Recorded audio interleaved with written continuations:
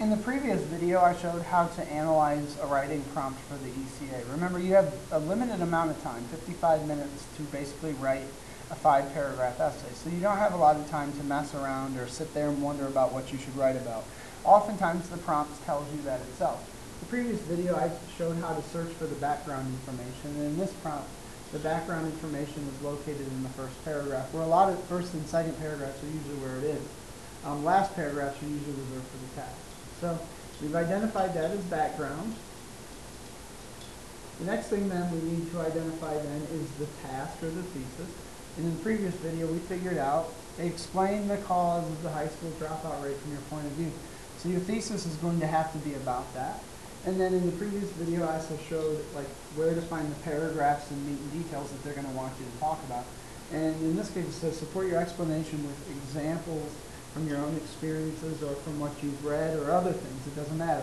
But we know that our body paragraph should kind of be about those things. So the next phase for us then is to develop a plan for this prompt. And I'm an advocate for doing it a lot of different ways. But the bottom line is this thesis right here has to answer the question. So when we talk about answering the question, we need to focus mostly on, okay, high school students are dropping out because, and then, so then we know that our thesis is like the governing idea for this. You can plan for it a lot of different ways. What I like to do is I'll just make a list. Well, I make one reason. Sometimes it's lack of parenting. So sometimes there's just not enough hours in the day and not enough attention from parents. Sometimes poverty hurts students' ability to pass classes and to get their diploma and learn what they need to learn. Sometimes, it's the policies that are in place. But a plan for this essay could include those types of things. Another way that you can plan your essay, but you should plan, that way you can stay on task, is you can also do the old-fashioned web, where like they're dropping out, and then give a reason, and then details, another reason, and details, etc.